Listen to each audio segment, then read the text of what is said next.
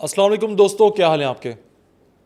امید کرتا ہوں سب خیریت سے ہوں گے۔ آج کی جو ہماری ویڈیو ہے وہ تھوڑی مختلف نوعیت کی ہے۔ جیسا آپ کو معلوم ہوگا کہ 22 اپریل کو انڈین آکوپائڈ کشمیر میں ایک کارروائی ہوتی ہے، ایک ٹیررسٹ اٹیک ہوتا ہے کہ جو کشمیر کے ضلع اننت نگر میں پہلگام وادی میں ایک علاقہ ہے بیسران، وہاں یہ حملہ کیا جاتا ہے اور اس حملے میں 26 ٹورسٹ مارے جاتے ہیں، 20 افراد زخمی ہوتے ہیں۔ اس واقعے کی جتنی مذمت کی جائے کم ہے کہ اسلام اس طرح کسی بھی بے قصور انسان پہ حملے کی اجازت نہیں دیتا۔ ساری دنیا نے اس کی مذمت کی، بطور پاکستانی ہم نے بھی اس کی مذمت کی، لیکن جو رسپانس آیا بھارت سے وہ انتہائی غیر متوقع تھا۔ یہ خیر یہ چیز تو متوقع تھی کہ انڈیا پاکستان پہ الزام لگائے گا، پر اتنے شدت سے اس پہ الزام لگائے گا اور نہ صرف پاکستان بلکہ بھارت میں رہنے والے مسلمانوں پہ بھی زمین تنگ ہو جائے گی، ان سب کو اپنی وفاداریاں ثابت کرنی پڑ جائیں گی، یہ شاید نہیں سوچا تھا۔ اس کی مختلف وجوہات ہو سکتی ہیں، ان تمام وجوہات پہ آج کی ویڈیو پہ ہم بات کریں گے کہ انڈیا کا جو رسپانس تھا اس میں کیوں غیر سنجیدگی دکھائی دیتی ہے، کیوں اتنی نفرت دکھائی دیتی ہے، پاکستان اس پہ کیا جواب دے گا، اور آنے والا وقت اس خطے میں جنگ کے بادل منڈلاتے نظر آ رہے ہیں یا نہیں، اس پہ ہم آج تفصیل سے بات کریں گے۔ تو چلیں آئیں بسم اللہ کرتے ہیں۔ دوستو، عموماً ہوتا یہ ہے کہ جب بھی کوئی اس طرح کی دہشت گردانہ کارروائی ہوتی ہے، خواہ وہ پاکستان میں ہو یا بھارت میں ہو، تو عوامی طور پہ تو رد عمل یہی ہوتا ہے کہ چونکہ پاکستان اور بھارت ایک دوسرے کو اپنا دشمن ملک سمجھتے ہیں، لہٰذا عوامی طور پہ الزام لگا دیا جاتا ہے۔ پاکستانی کہہ دیتے ہیں کہ جب جعفر ایکسپریس پہ حملہ ہو یا اس طرح کوئی اور حملہ ہو کہ بھائی اس کے پیچھے بھارت ملوث ہے، ٹھیک اسی طرح بھارتی عوام بھی ہر دہشت گردانہ کارروائی کے پیچھے پاکستان کا ہاتھ تلاش کرتی ہے۔ لیکن جو حکومتیں ہوتی ہیں، جو ایک سفارتی چینل ہوتا ہے، وہ الفاظ کے چناؤ میں انتہائی محتاط رویہ رکھتا ہے کہ بنا تحقیق کے، بنا ثبوت کے کسی ریاست پہ الزام دھر دینا یہ کوئی سنجیدگی والا رویہ نہیں ہے۔ پر اس دفعہ جو ایک حیرت انگیز بات ہوئی کہ نہ صرف بھارتی حکومت نے پاکستان پہ الزام لگایا، بلکہ وہ انتہائی اقدام اٹھائے جس کا شاید کوئی بھی تصور نہیں کر رہا تھا۔ پہلے تو بھارت نے اپنے سفیر واپس بلا لیے اور پاکستانی سفیروں کو ملک بدر کر دیا۔ ویزا جن کو جاری ہو چکا تھا پاکستانیوں کو جو بھارت میں تھے، ان تمام کے ویزے منسوخ کر کے بھارت چھوڑنے کا حکم دے دیا۔ جو سب سے بڑا اقدام اٹھایا وہ تھا انڈس واٹر ٹیریٹری یعنی سندھ طاس معاہدے سے پیچھے ہٹ جانا۔ یہ وہ معاہدہ ہے سندھ طاس جو 1960 میں بھارت اور پاکستان کے درمیان طے پایا تھا۔ چونکہ پہلے یہ پورا ایک ریجن تھا اور عالمی اداروں کو، دنیا والوں کو لگا تھا کہ اس وجہ سے پاکستان اور بھارت کی جنگیں ہو سکتی ہیں، پانی ایک بہت بڑی وجہ بن سکتا ہے، لہٰذا عالمی بینک کے تعاون سے وہ ثالث بنا بیچ میں، گرانٹر بنا بیچ میں، اور یہ معاہدہ طے پایا۔ اس معاہدے کی روح سے جو 6 دریا بہہ رہے تھے بھارت میں، چونکہ پاکستان نیچے والی سائڈ پہ، بھارت اوپر والی سائڈ پہ، لہٰذا بھارت سے ہی دریا بہہ کے پاکستان تک آتے ہیں۔ تو وہ جو 6 دریا تھے ان میں سے 3 مغربی دریا، دریائے سندھ، دریائے جہلم اور دریائے چناب، ان کا پانی پاکستان کو دیا گیا، جبکہ 3 مشرقی دریا ستلج، بیاس اور راوی، ان پہ بھارت کو پورا اختیار دیا گیا۔ بھارتی اختیار سے مراد یہ ہے کہ وہاں بھارت ڈیم بنا سکتا ہے، اس پانی کو روک سکتا ہے، اپنی مرضی من منشا سے اسے استعمال کر سکتا ہے۔ اور جو پاکستان کی طرف دریا آ رہے ہیں، دریائے سندھ، دریائے چناب اور دریائے جہلم، ان پہ بھارت ایک محدود پیمانے پہ رننگ ڈیمز بنا سکتا ہے، لیکن اس پانی کے فلو کو نہیں روک سکتا۔ محدود پیمانے پہ ہائیڈرو پاور کے لیے اس کو استعمال کیا جا سکتا ہے، زراعت کے لیے استعمال کر سکتا ہے، پر ایسا کوئی اقدام نہیں کرے گا جس سے دریا کے بہاؤ میں فرق پڑے یا پاکستان کے پانی میں کچھ کمی واقع ہو۔ اور یہ اتنا مضبوط معاہدہ تھا کہ 1960 میں ہونے کے بعد 1965 میں ایک کنونشنل وار لڑی گئی انڈیا اور پاکستان کے درمیان، لیکن یہ معاہدہ قائم رہا۔ 1971 کی جنگ ہوئی تب بھی یہ معاہدہ قائم رہا۔ آگے ہم چل کے آئیں 99 میں جو کارگل کی جھڑپ ہوئی تب بھی اس معاہدے کو کوئی فرق نہیں پڑا، حالانکہ 2019 بالا کوٹ اٹیک کے بعد جو ایک ڈاگ فائٹ ہوتی ہے پاکستان اور انڈیا کے درمیان، اس دوران بھی یہ معاہدہ جوں کا توں قائم رہا۔ اتنے بڑے گارنٹر اس کے پیچھے موجود تھے، لہٰذا کوئی بھی ملک یہ کوشش ہی نہیں کرتا تھا کہ اس معاہدے سے پیچھے ہٹا جائے، لیکن بھارت نے یک طرفہ فیصلہ کرتے ہوئے اس معاہدے کو معطل کرنے کا فیصلہ کر لیا۔ اب یہ ایکٹ آف وار کنسیڈر کیا جاتا ہے، اور پاکستان نے جب رسپانس دیا اس پہ اور جواباً بھارتی سفیر کو واپس بھیجا، تجارتی جو قافلے تھے ان کو روک دیا، ایئر اسپیس بند کر دی بھارتی جہازوں کے لیے، اور ٹھیک اسی طرح جو سب سے اسٹرانگ ورڈ پاکستان نے یوز کیا اس کے رسپانس پہ، وہ کہا کہ انڈس واٹر ٹیریٹری کا معطل کرنا ایکٹ آف وار ہے، اگر پانی روکا گیا تو ہم جنگ کا اعلان کر دیں گے۔ یہاں سے مجھے یاد پڑتا ہے کہ پاکستان کی ایک تنظیم ہے، ایک فوج کے اندر ہی ایک ادارہ ہے جسے SPD کہا جاتا ہے، جس کا مطلب ہے اسٹریٹجک پلاننگ ڈویژن۔ اس ادارے کا بیسک جو کام ہوتا ہے وہ ہے نیوکلیئر ویپنز اور اس سے ریلیٹڈ تمام معاملات کو دیکھنا۔ اسی SPD کے جنرل تھے جنرل خالد کدوائی، انہوں نے 4 تھریشولڈز بتائے تھے کہ 4 چیزیں ہوں تبھی پاکستان ایٹمی حملہ کر سکتا ہے یا ایٹمی ہتھیاروں کو استعمال کر سکتا ہے۔ ان 4 چیزوں میں جو پہلی چیز تھی وہ تھی ملٹری تھریشولڈ، یعنی اگر بھارت ہر طرف سے پاکستان پہ حملہ کر دے، بھارت ایک بہت بڑا ملک ہے، 15 لاکھ اس کی افواج ہے، اس کے بنسبت پاکستان کی افواج کی تعداد اس سے آدھی بھی نہیں ہے۔ اگر اس طرح سے بھارت حملہ کر دیتا ہے تو پاکستان کے پاس اپنے بچاؤ کا جو فوری حل ہوگا وہ ہوگا کہ ہم نیوکلیئر اٹیک کر دیں۔ جبکہ دوسری جو وجہ بتائی گئی تھی اسے کہا گیا تھا اکانومک تھریشولڈ۔ اس کے رو سے کہ اگر کراچی کی بندرگاہ پہ بھارت حملہ کر دیتا ہے یا پھر انڈس واٹر کو روک دیتا ہے کہ یہ پاکستان کی معاشی شہرگ ہیں، ایک طرف سے ذرائع آپ کے درآمدات و برآمدات ہوتے ہیں کراچی پورٹ سے، جبکہ دوسری جانب انڈس واٹر سے آپ کا پورا آبپاشی کا نظام چلتا ہے، پاکستان کے خوراک پیدا ہوتی ہے اس سے۔ اگر ان دونوں چیزوں پہ رکاوٹ ڈالی گئی تو پاکستان بھارت پہ نیوکلیئر حملہ کر دے گا۔ جبکہ جو تیسری چیز بتائی گئی کہ جو باعث بن سکتا ہے ایک ایٹامک وار کا یا پاکستان نیوکلیئر یوز کر سکتا ہے وہ تھی پولیٹیکل تھریشولڈ۔ پولیٹیکل تھریشولڈ میں یہی تھا کہ اگر بنگلہ دیش طرز کا کوئی واقعہ ہوتا ہے، پاکستان کی سیاسی طاقتوں کو توڑا جاتا ہے یا کوئی سول وار کی کیفیت قائم کی جاتی ہے اور پیچھے بھارت کا ہاتھ ہوتا ہے، تو پاکستان اپنی بقا کے لیے نیوکلیئر حملہ کر دے گا۔ جبکہ جو چوتھا ہے وہ کہلایا اسپیشل تھریشولڈ۔ اسپیشل تھریشولڈ کا یہی مقصد تھا کہ اگر کوئی ایسا حملہ ہوتا ہے جس سے پاکستان آرمی کو بڑا نقصان پہنچتا ہے اور پاکستان آرمی کی گراؤنڈ کیپیبلٹیز جو ہیں وہ اس قابل نہیں رہتی کہ جنگ لڑ سکیں، تو پاکستان اپنی بقا کے لیے نیوکلیئر حملہ کر دے گا۔ یہاں جو چیز دیکھنے لائق تھی وہ پوائنٹ نمبر 2 یا 3 تھا، جہاں ہم نے اکانومکل تھریشولڈ کا ذکر کیا۔ تو اسی تھریشولڈ کے روز سے پاکستان نے بھارت کے اس اقدام کو ایکٹ آف وار قرار دیا ہے کہ اگر پاکستان کا پانی رکتا ہے تو پھر جنگ ہوگی، اور نہ صرف وہ جنگ ہوگی بلکہ وہ نیوکلیئر وار ہوگی۔ اگر آپ ہمیں زندہ رہنے کا حق نہیں دیں گے تو ہم آپ کو بھی زندہ نہیں رہنے دیں گے۔ یہ پاکستان کا کلیئر رسپانس تھا۔ اب ہم دیکھتے ہیں کہ آخر کیا وجہ ہے کہ بھارت اتنا سخت رویہ رکھے ہوئے ہیں، اور وہ کیا وجہ بنی کہ بنا سوچے سمجھے اتنے انتہائی اقدام اٹھائے گئے۔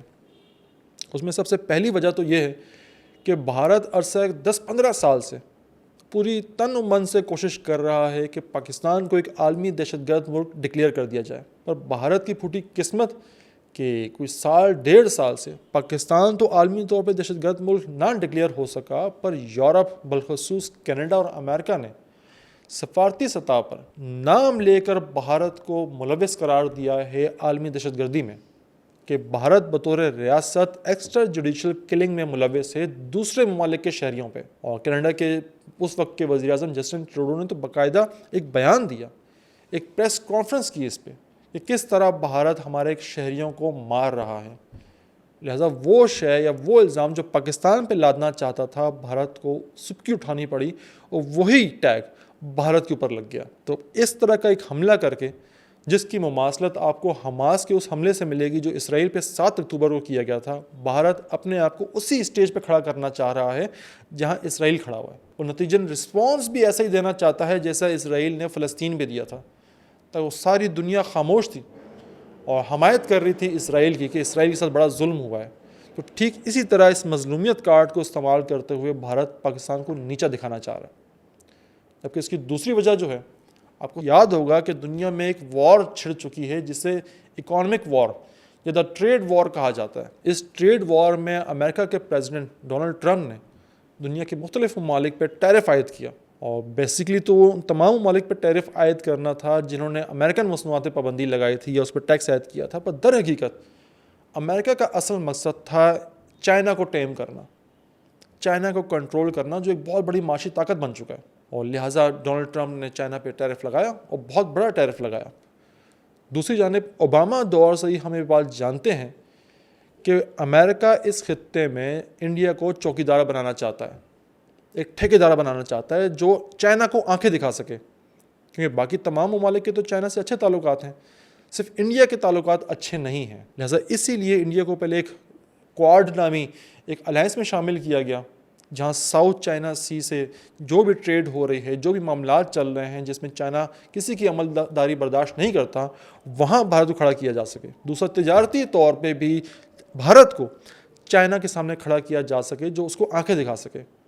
لہٰذا اسی دیدہ دلیری نے بھارت کو اس خطے کا ایک چیمپئن چوکیدار کے طور پہ کھڑا کر دیا۔ یہی وجہ تھی کہ انڈیا نے یک طرفہ طور پہ انڈس واٹر ٹریٹی سے پیچھے ہٹا کہ اسے معلوم ہے کہ عالمی طاقتیں اس کے ساتھ کھڑی ہوئی ہیں اور اس عالمی معاہدے سے پیچھے ہٹنے پہ اس کے خلاف کوئی کارروائی نہیں کی جائے گی۔ دوستو، اب تک ہم نے بات کی کہ کس طرح انٹرنیشنل پلیئرز کو یا عالمی حالات کو اپنے حق میں استعمال کرتے ہوئے بھارت اس ساری دہشت گردی کا الزام پاکستان پہ دھر کے پاکستان کو ایک عالمی مجرم یا عالمی دہشت گرد اسٹیٹ ڈکلیئر کرنا چاہتا ہے۔ اب دوسری جانب آپ آ جائیں کہ لوکل پولیٹکس کیا کہتی ہے۔ بھارتیہ جنتا پارٹی جس کی اس وقت بھارت میں حکومت ہے، وہ کس طرح اس دہشت گردانہ کارروائی کو اپنے حق میں استعمال کر رہی ہے۔ ہم یہ جانتے ہیں کہ 2014 سے جب سے بھاجپا کی حکومت آئی ہے، ان کی سیاست کا مرکز ہی یہ رہا ہے کہ ہندو مسلمان کی تقسیم کی جائے۔ جتنا ہندو مسلمان کی تقسیم ہوگی اتنا ہی بھاجپا کا ووٹ مضبوط ہوگا۔ اور یہی وجہ ہے کہ اگر کوئی یہ سوال بھی پوچھ رہا ہے کہ یہ 3 لیئر یا 3 ٹیئر جو آپ نے سیکیورٹی قائم کر رکھی ہے کشمیر میں، اس کو پار کر کے کوئی کیسے پہلگام تک پہنچ گیا، تو یہ سوال پوچھنے والا بھی اینٹی نیشنل کہلایا جانے لگا ہے، یعنی وہ غدار ہے بھارت کا جو بھی سوال اٹھائے گا۔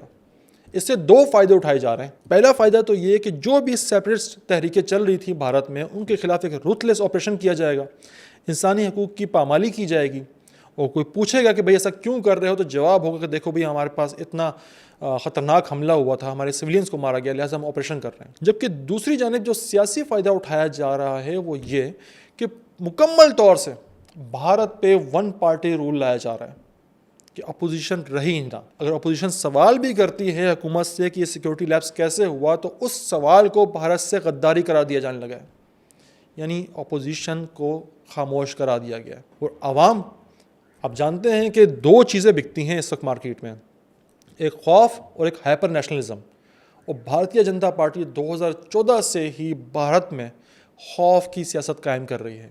ہندوؤں کو بتا دیا گیا ہے کہ تم 100 کروڑ ہونے کے باوجود خطرے میں ہو، کیونکہ 20 کروڑ مسلمان تمہیں پسند نہیں کرتے۔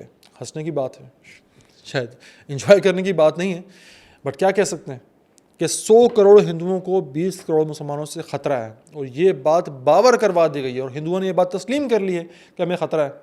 اب اس خطرے کا علاج کیا ہے؟ خطرے کا علاج یہ ہے کہ ہندوؤں کو ووٹ دینا پڑے گا نریندر مودی کو۔ اب ہندوؤں کا جو خوف ہے وہ نریندر مودی کی طاقت بن چکا ہے۔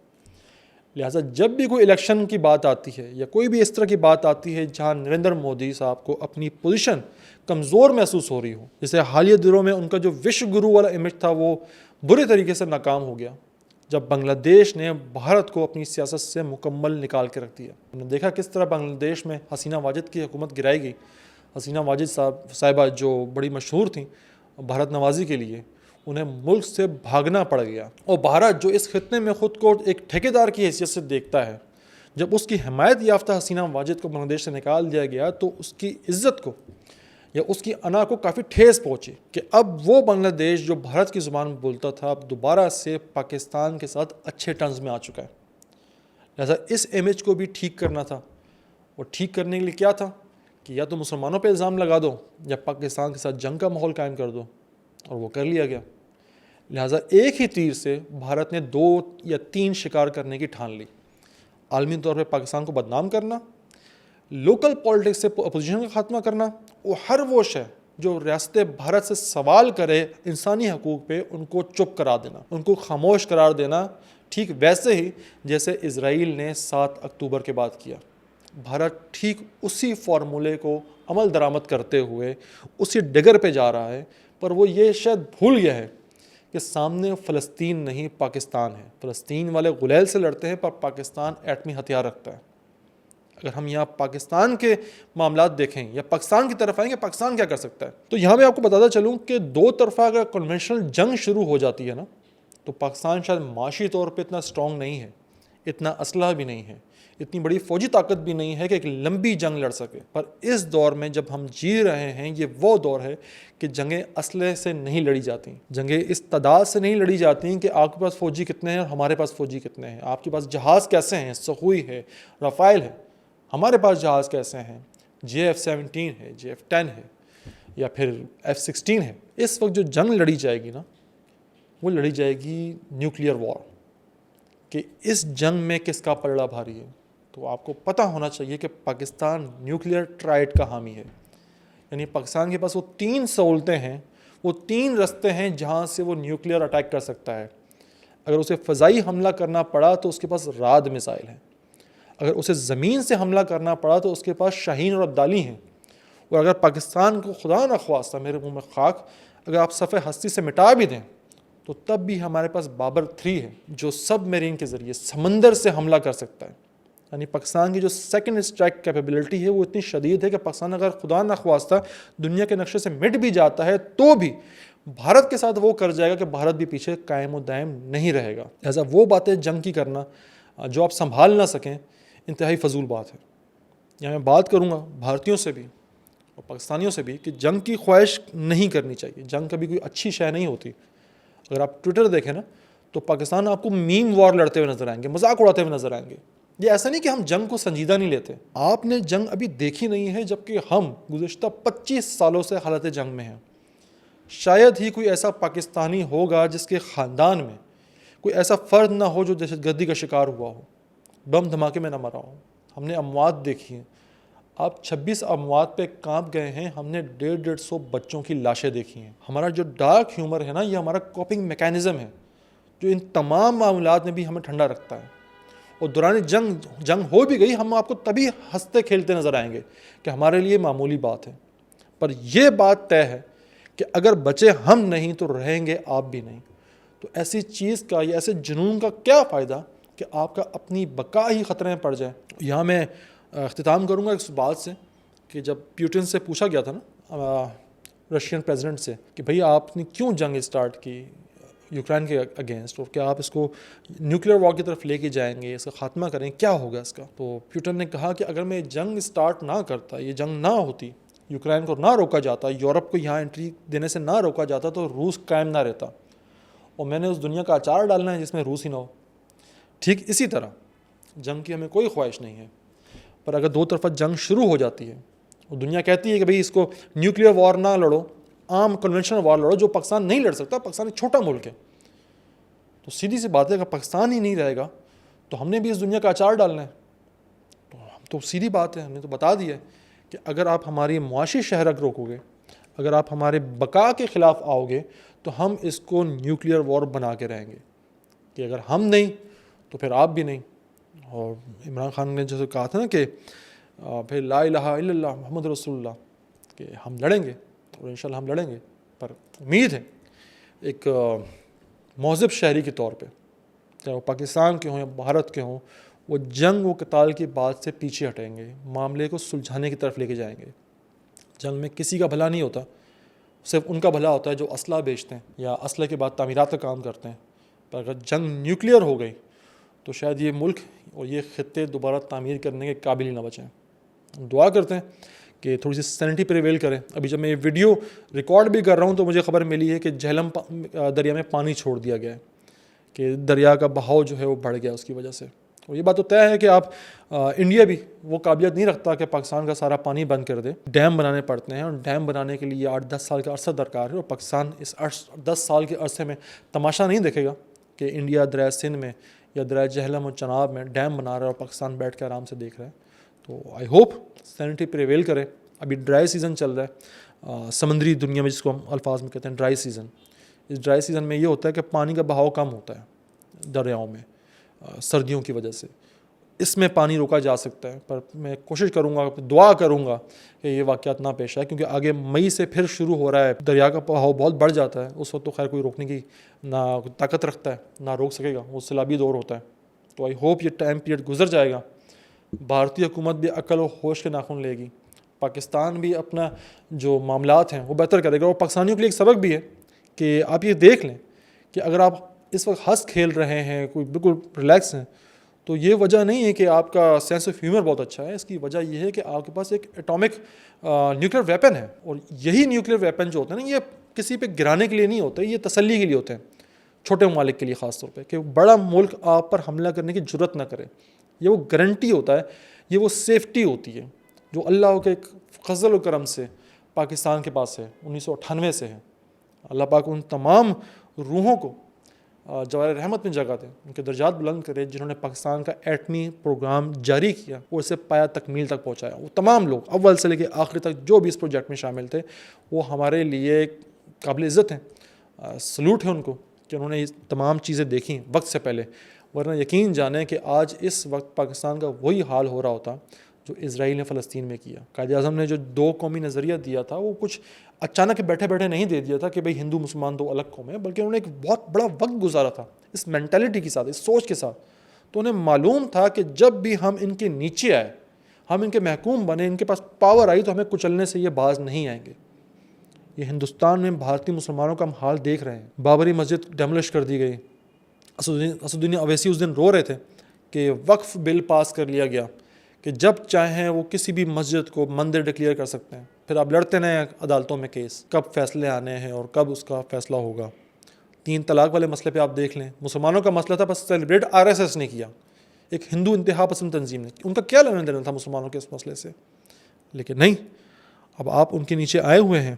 جمہوریت ہے، جمہوریت میں اکثریت جو ہوتا ہے وہی بادشاہ ہوتا ہے، اور وہ اکثریت میں اللہ پاک سے دعا ہے کہ بھارتی مسلمان اللہ پاک ان کے لیے معاملات بہتر کرے، ان کی حکومت کا دل نرم کرے ان کے لیے. ظاہر بات ہے اپنا ملک ہر ایک کو عزیز ہوتا ہے، بھارتی مسلمانوں کو ان کا ملک عزیز ہے، اس میں کوئی دو رائے بھی نہیں ہے. تو اللہ پاک ان کو بھی اپنی امان میں رکھے، ہمیں بھی اپنی امان میں رکھے. جو ہمارے لیڈران ہیں بشمول بھارت اور پاکستان، ان کی عقل میں وہ بات بٹھائے کہ جہاں وہ امن سے اور سکون سے رہنا سیکھ سکیں. جعفر ایکسپریس ہو یا پہلگام اٹیک ہو، جہاں مسلم لوگ مریں گے وہاں خدا کی رضامندی تو ہرگز نہیں ہوگی.